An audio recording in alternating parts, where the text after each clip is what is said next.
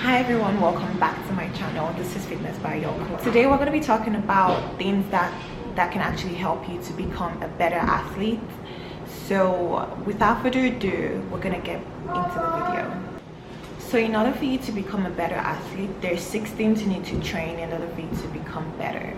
So one would be agility, the other one would be endurance, coordination, speed, power, and I'm forgetting one. I think it's balance. Did I say balance before? Yeah, so endurance, agility, speed, power, coordination, and balance. So now, what is agility? Agility is the ability for you to move quickly and easier. So there are several ways in which you can actually train agility, and I'm just going to read it out right here. So one is forward running. So like I said, agility is the ability to move quickly and to move easier. So like, for example, say like you're a track and field athlete and you are ready to go. So agility is going to be that boost that's going to drive you, the force is going to drive you to like just go. So instead of like just staying and just like, you know, being relaxed, if you're agile, you just boost off like that. So if you want to be as fast, you know, you're gonna have to do forward running. So you're gonna have to do like a bit of track and field training where you'll be doing forward running, lateral running. You have to do jump box drill. So another exercise that could actually help you if you want to train agility is shuttle runs. So shuttle runs basically is like different intervals where like you're running from you're doing a forward running, and it's going to be timed, and you're going to have to go back and forth within a specific time, and that would actually train your endurance, but at the same time it could train your agility as well. So like since the time is short, you're going to have to like be strategic in how fast you run and how well you pace yourself while doing a shuttle run. So the next one is going to be balance. So if you want to train your balance, you need to know the definition of balance, and balance is the ability to maintain center of gravity within a base of support. So pretty much if you want to train your balance is by doing yoga, or Tai Chi. Tai Chi, they teach balance in Tai Chi, which is really, really fantastic. It takes a lot to do Tai Chi, like the energy work, the flow, the coordination. It's a lot, and like if you're up to the task, like I would definitely recommend Tai Chi. And if you want to like go the other route, which is yoga, for sure do it.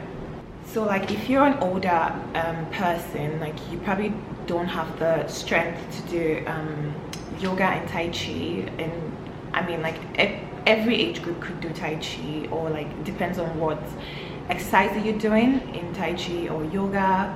But if you cannot do that, like I would just recommend just putting your weight on one side of your body and just saying like how long you can do that for, and you can do that on both sides of your body. So the next one on my list is endurance, and endurance is the ability for your body to sustain an exercise for an unextended period of time.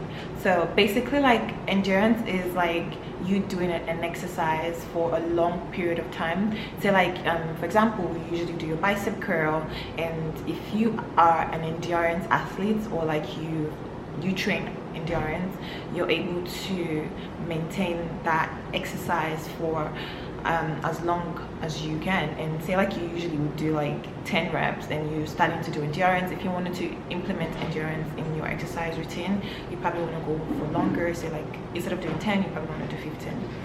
So basically that is what I'm talking about when I say like endurance.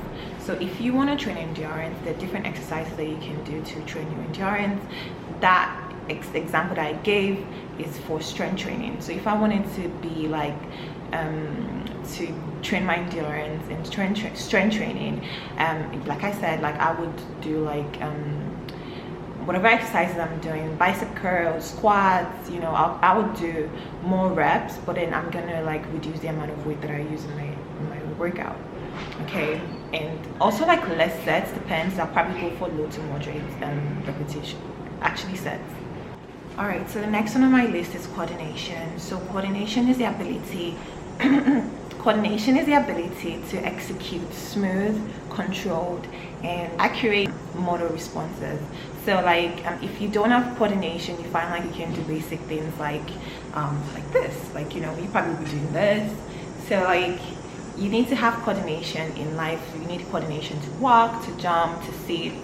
You know, it's just like basic movements that you do that requires like a specific direction in terms of your angle, your body angles. So like say if I wanted to do my bicep curls, I'll probably do this and that. So basically if you don't have coordination, it's very easy for you to do like an exercise the wrong way. So like bicep curl, they usually tell you like when you do your bicep curl, like your chest has to be out, your hand like, you know, in an anatomical position where like you're going 90 degrees, like, or you can go like 45. Okay, so like you can go 90 degrees, or you squeeze it to 45, 90, then back. Okay, so that's what you do when you're doing a bicep curl. So like if you don't have the coordination for that specific exercise, it's so easy for you to make mistakes. So coordination can be trained. Like they tell you like, okay, like you need to stick to the exercise and how you do it. And if you don't have coordination, it almost seems impossible, and there's a huge chance for you to get injured if you don't pay attention to coordination. All right, the easy way to actually train coordination is by doing cardio. And I don't mean any type of cardio, I mean like jump ropes.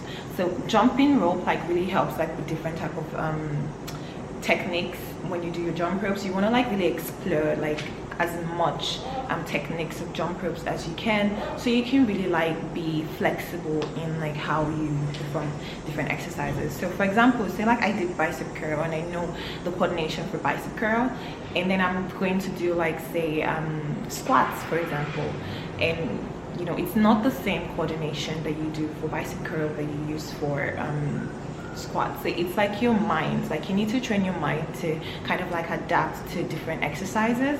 So, and also like dancing would be really effective, like, you know, and I feel like it's so important like when you're actually like working out to pay attention to the angle, your body angles, so as to really like get the full potential of the workout. Also, I was gonna say like core training is also really important, like when you're doing coordination, because like in anything you do, you always have to use your core. So it's really important for you to like train your core and to do like balance exercises when you want to train coordination. All right, so the next one on my list is power, and power is the ability to exert force within a short period of time. So like when I think about power, I'm thinking about like boxing something, so like boom boom, you know, like. So if I was gonna train an athlete, like I would definitely recommend the athlete to lift heavier weights and do like less repetitions. So I would do less endurance and more like hypertrophy, which is like muscle mass. So I would definitely like check in with my athlete to see like if my athlete is eating proper. Like if my athlete isn't eating like enough carbs in a day, I'll probably evaluate that to see like where my athlete is at. And also like yeah, like I'll make sure my athlete is lifting heavier weights, doing less sets, taking enough rest is definitely important to get like much power in your training. The last one actually is speed, and it's the ability for you to be able to move your body parts as fast as possible. So like when I think about speed, I'm thinking about Usain Bolt and like how he like, you know, runs and he's super fast. So in order for you to train speed, you need to do like drills. You need to go out in the field and do drills. And so like I feel like in terms of like speed, you need to like do strength training and you need to do mobility in order for you to be as fast, because if you're on the field and you're training, your joints is getting like weaker and certain things are just like tearing, you know, apart, you know, physiologically.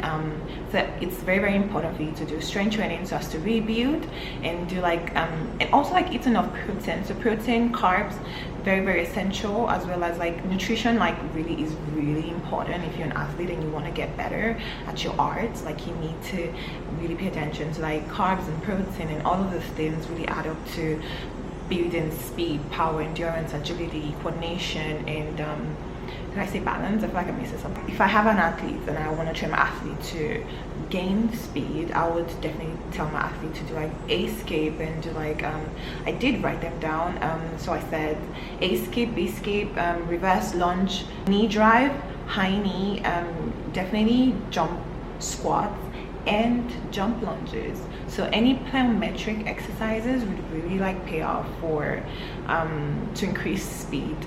And basically, yeah, I feel like in anything, like as an athlete, you need to practice, and also like just train, like, you know. Definitely recommend to take your rest, take your nutrition really seriously, and just do the work, and watch your progression. And also, like, you know, like when you've got to the point where like you feel like you're good in terms of like all these things that I mentioned, and you find yourself just going in this direction and you're not like really progressing, I feel like that's the point where you need to think about overload. So overload means that so for example, I will just give an example. Say like I go to the gym and I lift 225 pounds for impossible, not for me, it's impossible, like it's not impossible for me. I'm just saying right now I'm not doing it, okay? 225 pounds for bench press, okay? And you keep doing that, and like say like you're increasing your rep by like 1 rep each month, and it's been like that. You've not been able to like surpass 225 pounds of bench press, and it's just been like that. So now you like, okay, fine, like I want to lift heavier. So the different strategies in like doing an overload, and if you're interested in like how to do an overload in order to get progression in your workout, watch out for my next video. I'm going to be doing a video on overload and how to actually get progression when you feel like you've reached that peak point in your training. So thank you so much for watching my video. I really appreciate it. Today was a short one, but I had fun making it. So yeah, until next time, take care of yourself and your family. So, bye.